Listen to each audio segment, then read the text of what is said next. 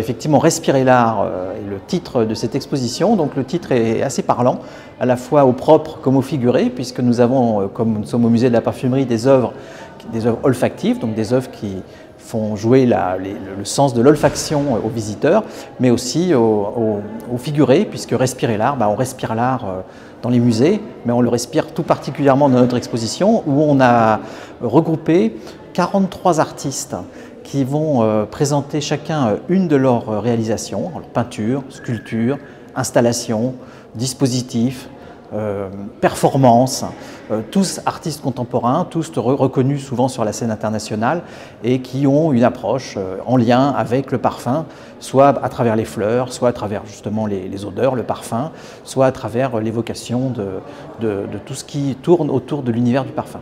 C'est-à-dire qu'on a une sélection effectivement assez rigoureuse d'artistes, à la fois sur la thématique mais aussi sur la qualité du travail, telle que nous la jugeons.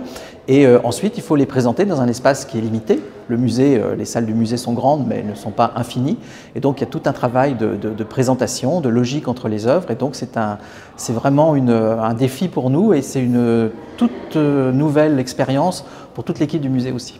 Typiquement, derrière, nous avons une œuvre de Jean-Michel Othoniel, qui est un artiste plasticien français qui a beaucoup travaillé sur le patrimoine, sur les musées, puisqu'il a installé une fontaine au Louvre et qu'il a fait une récente exposition au Petit Palais.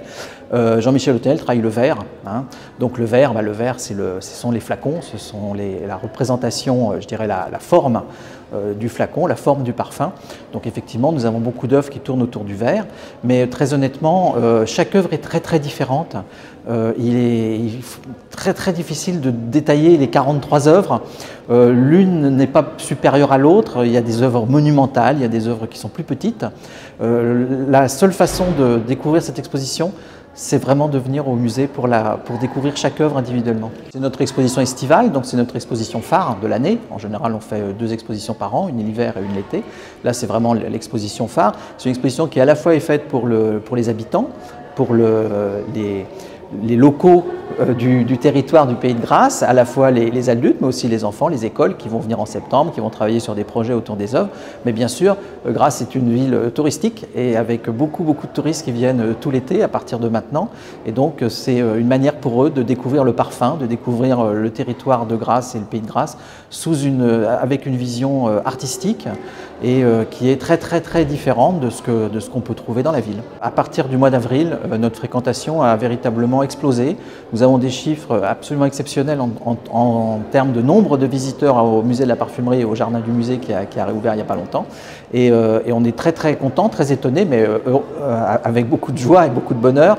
La saison est vraiment repartie très fort, presque plus fort qu'avant la période Covid.